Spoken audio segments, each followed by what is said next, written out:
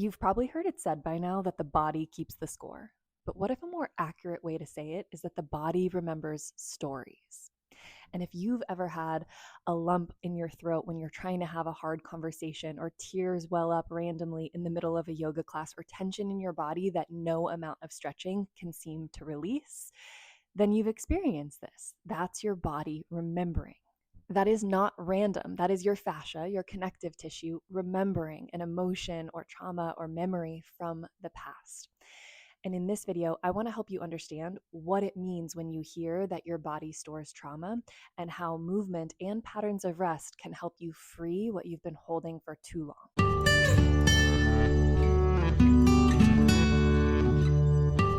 So if you haven't heard the term fascia, you should know that fascia is our connective tissue. And most people think that's all that it is. It's the connective tissue that wraps around our muscles and runs through our body, but it's actually so much more than that.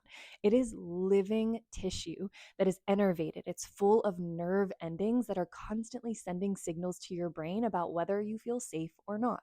And that doesn't just mean physical safety. When you go through periods of emotional challenge, of grief, of heartbreak, of overwhelming stress, and you can't fully process it in the moment, your body still has to do something with that energy.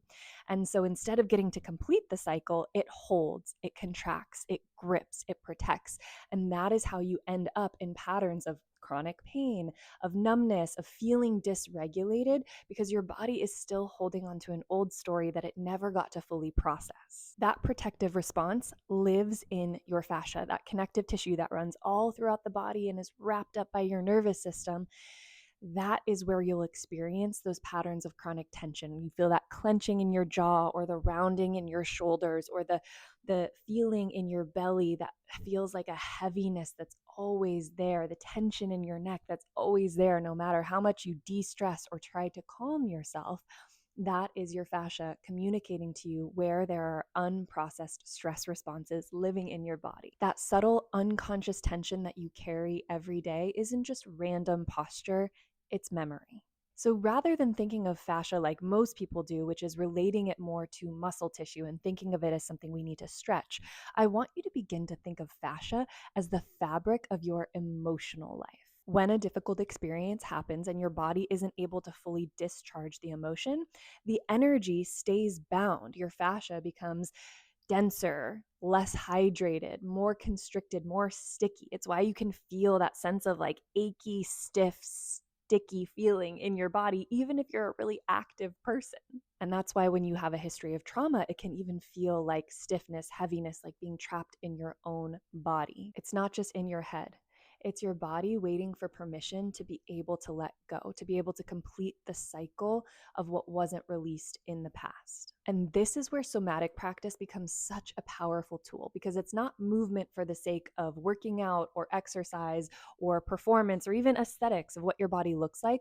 It's movement for the sake of giving your body permission to release, to let go, to no longer have to repeat those old patterns of tension, so that you no longer have to feel the pain or go into the contraction. You're free to take up more space, to make different shapes with your body, to move in new ways that feel more fluid. And here's the key when it comes to somatic work. We have to be so intentional that we're not just doing these practices as a way to fix and control ourselves.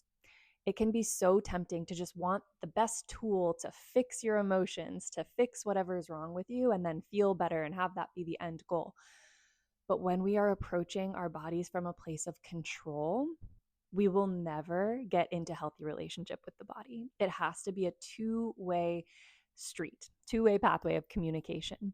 And so instead of trying to fix and dominate and control the body through whatever tools we may learn, we want to approach our relationship with the body and with somatic work from the perspective of curiosity, patience, compassion, gentleness, being able to expand your ability to be more and more present to sensation in your body so that you can learn from it and eventually release it, rather than just trying to make it go away. When we move with awareness and breath and curiosity, we create the internal conditions for our body to feel safe enough to melt, to soften, to let go of what it's been holding. And presence is your ability to feel what is happening in the moment without rushing it, without needing to fix it or jump into the next thing.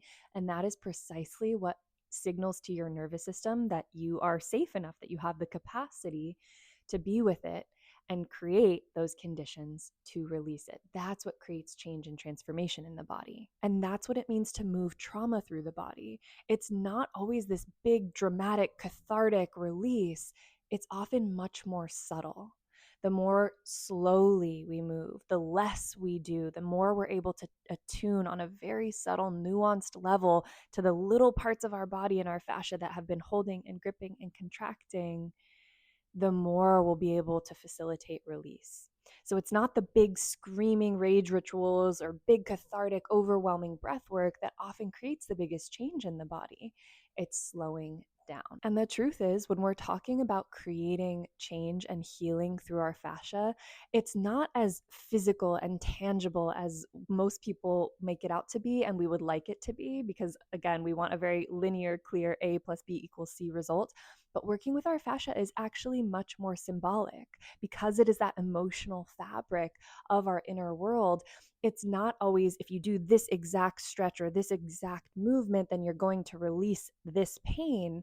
You have to get curious about what your body is saying to you. And the more you begin to attune to those stories and listen to them, the more you'll create space for them to unravel. So you'll hear your body say things like, I have to hold it all together. It's not safe for me to let go. If I soften, then I'll fall apart. If I let somebody in, I'll get hurt. Those are the reasons that our body has learned to brace and grip and hold and protect.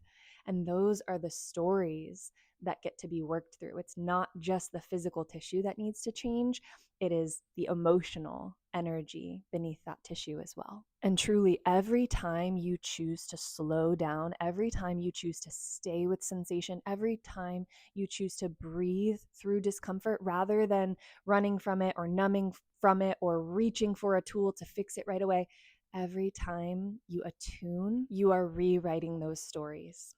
You're teaching your body that what happened in the past is no longer happening now, and it is safe to have a new experience. If this conversation is resonating with you, I have a few suggestions. If you're at the beginning of your journey and you're just curious about next steps to take, you should explore my Regulated Roots ebook. It's a great place for you to begin to explore subtle sensation in your body and build emotional resilience.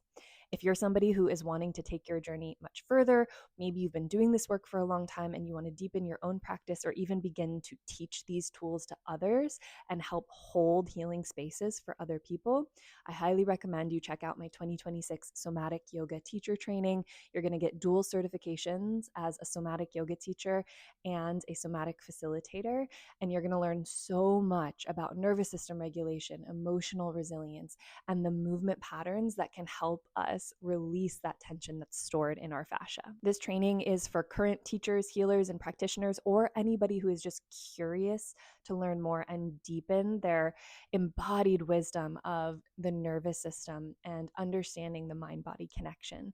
So if that sounds like you, reach out. We start January 8th. You can learn more and enroll using the link below. And if you're curious to hear more about these kinds of conversations, leave a comment below so I know what you want to learn about, and I will see you in the next video. Your body has been trying to talk to you. Maybe it's time you start listening.